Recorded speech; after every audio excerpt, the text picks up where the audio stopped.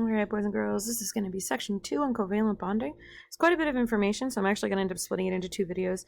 You'll only watch this one for your lecture quiz. The next one will actually be what we work on in the next few days, all about Lewis structures. So without further ado, let's talk about the types of compounds that are typically going to form covalent bonds, and those are molecular compounds. Molecules are going to be defined by groups of atoms that are held together by covalent bonds, and typically these are made of nonmetals, 2 or more nonmetals. If a compound is made of specifically molecules, so we could have like a bigger compound made of a bunch of small molecules, we can call them molecular compounds, and we'll talk more about that if you take AP chemistry. Molecular formulas and chemical formulas are 2 very different ideas, but a lot of times they get lumped into as one category.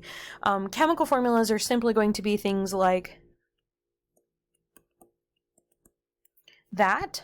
And they just kind of tell you the number and types of atoms that are present in a compound, whereas a molecular formula may say something like this.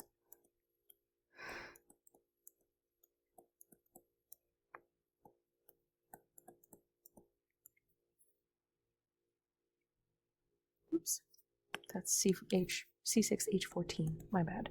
And so what the difference between the 2 is that we can see several molecules of the same type that are kind of in the same that are all connected together to form this bigger chemical compound.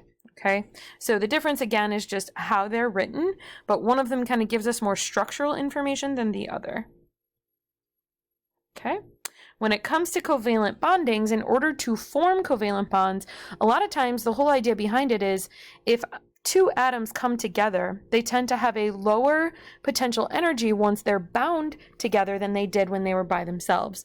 So think about how electrons are just kind of present in some of our atoms. We've talked about valence electrons at this point. And we've talked about how those valence electrons are used in bonding, just kind of glossed over. But what we haven't really discussed is how it's not very favorable to be an atom by yourself with just a whole bunch of electrons floating around. So what we want to do is we actually want to form bonds in order to decrease the amount of free energy floating around. So we do that by storing energy in a chemical bond. And in doing so, we lower the total potential energy that individual atoms might have into a covalent bond.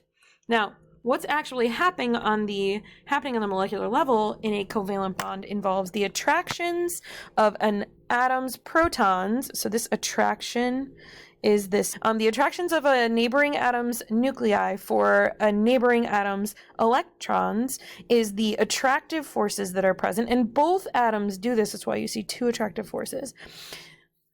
A combination of those attractive forces and these blue repulsive forces are what form a full covalent bond. So it's not just the attractions that form the bond, it's also the repulsions. And there are 2 types of repulsions that are going to come together to balance out, if you will, the attractions of the nuclei and the protons.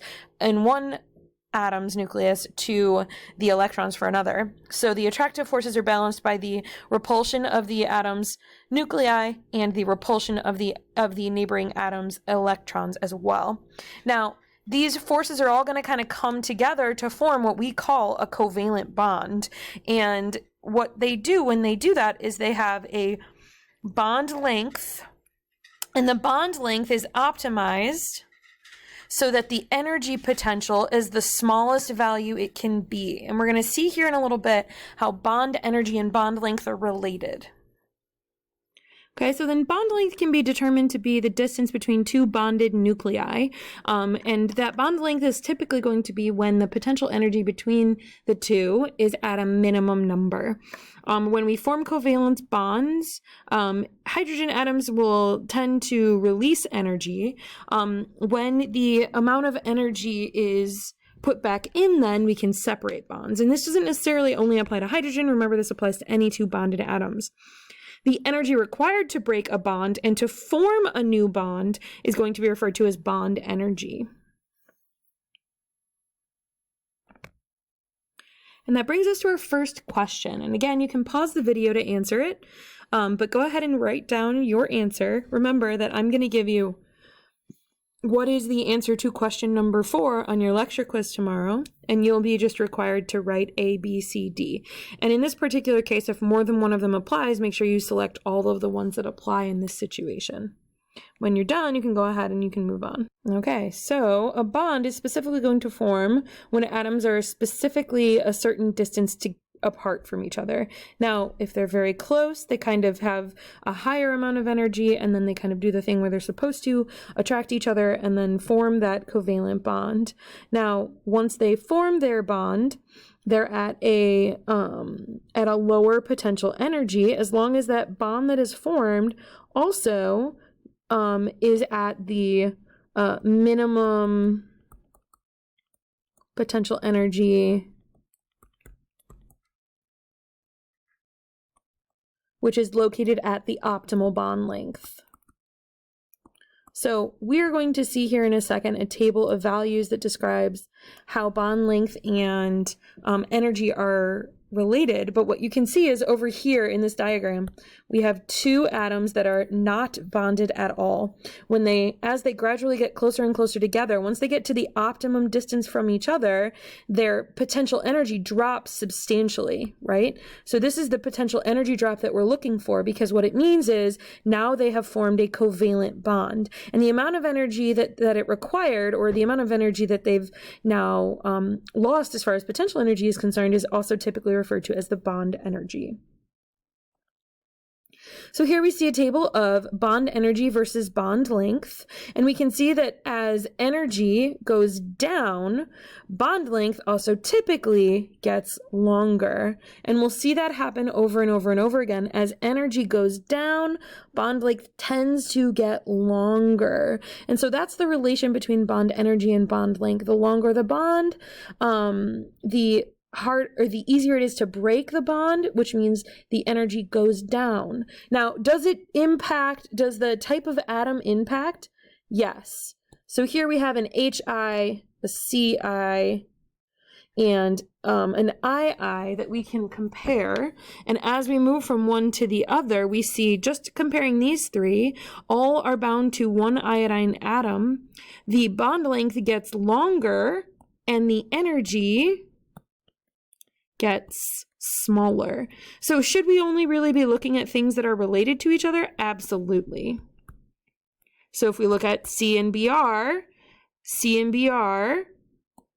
have lower energy and get longer as far as they're concerned. So we're looking for a trend that we can actually identify, and that trend is that as bond energy goes down, bond length tends to go up. And what I want you to do is write down your observation using that table real quick so that you can answer that on our lecture quiz. When you're done, you can feel free to move forward.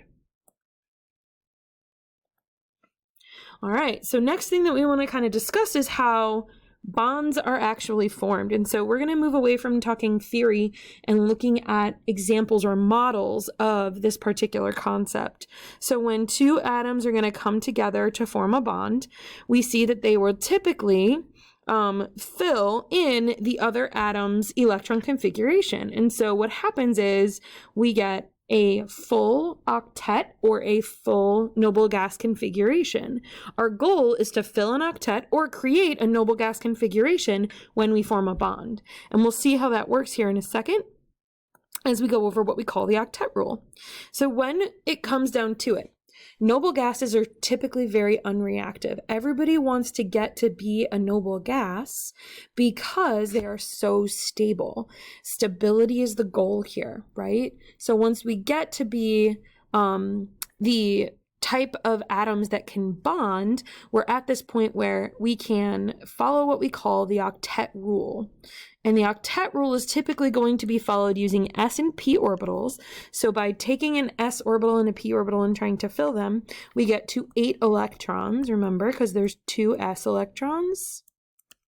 And there's 6 p electrons. When we add them together, we get a total of 8 electrons. This is where the term octet rule comes from, is that there are 8 electrons.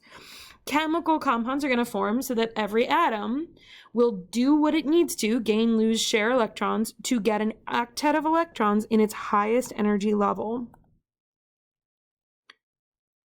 Okay, so if atoms like to have 8 electrons around them, then of course, just like everything else, when we say the octet rule, we mean there are also exceptions to every rule.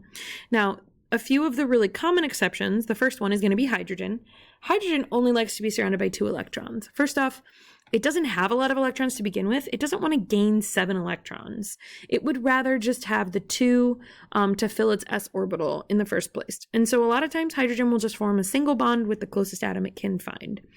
Boron likes to form 3 bonds and have a total of 6 electrons around it. Things in boron's group, like aluminum, Al, also like to have 6 electrons and not 8 or more. The other thing that we need to learn is anything beyond phosphorus, including phosphorus. So anything phosphorus and beyond likes to form what we call expanded octets, meaning more than 8 electrons. When they form bonds, they form more than 8 electrons in bonds. Now, do all of them do this? No. Do some of them do this? Yes. Right? So any group element, starting with phosphorus and beyond, can have what we call an expanded octet, but they do not all actually have an expanded octet. Okay, that brings us to question number 6. There's only one more after this. This question asks you, which of the following atoms can form expanded octets based on what we just learned? And I'm asking about expanded octets, okay? So select the ones that you think, write your letters down, A, B, C, D, E, and have that in your notes for when you take your lecture quiz tomorrow. Okay. All right. When you're done, go ahead and move on. I'm going to go ahead and move on, but pause before you do so. Okay.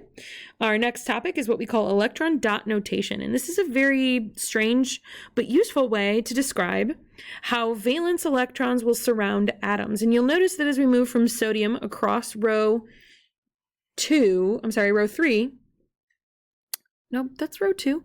Sodium is in row 3, magnesium is in row 3, but boron, carbon, nitrogen, oxygen, fluorine, and neon are all in row 2.